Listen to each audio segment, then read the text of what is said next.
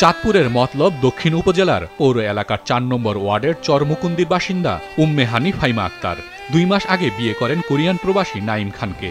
স্বামীর সাথে গত রাত ৮টার দিকে চাঁদপুরের মেঘনা নদীতে ইঞ্জিন চালিত নৌকায় ঘুরতে বের হন। এই ঘুরতে যাওয়াই হলো তাদের জীবনের কাল। ঘুরতে ঘুরতে মেঘনা, পদ্মা ও ডাকাতিয়া নদীর মোহনায় পৌঁছালে প্রবল স্রোতের মধ্যে পড়ে যান তারা। স্রোতের তোড়ে উল্টে যায় ইঞ্জিন চালিত নৌকাটি। এ সময় নদীতে আশেপাশে থাকা একটি ট্রলার এগিয়ে আসে, উদ্ধার করে ৪ জনকে। উদ্ধার করা সম্ভব হয়নি নাইম খানের স্ত্রী উম্মে হানি ফাইমা আক্তার এবং নূর মহসিন সেতুকে। তারা দুজন এখনও নিখোঁজ রয়েছেন। দেখলাম ট্রলারটা আইতে আসে ছোট একটা ডিভিশন নিয়ে এখান থেকে এই কাছাকাছি আইসা বলে একটু কিনে দেয়, কিনে আইসা একটা গোনার ভিতরে বললো, গোনার ভিতরে পুরি নৌকা তলায় গেল, হাল্লা চুলে লাগাই দিল। এখানে কোনো ট্রলার নাই, কিছু নাই। আমাদের গাড়ির একটা স্পিড বোট আইতে রয়েছে, ওইখান থেকে আইসা 4 জন উদ্ধার করছে, 2 জন পায় না। 8টার দিকে আমরা খবর পাই নৌকা ডুবে গেছে। 3 জন কোন রকম বাইচে, 7-8 জনে তো ওনারা উঠতে পারছে।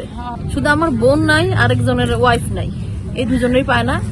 এখনও তাদের সন্ধানে অভিযান চালাচ্ছে ফায়ার সার্ভিস, কোস্টগার্ড ও 2 নিখোঁজ পরিবারের লোকজন। মাছরাঙা নিউজ ডেস্ক।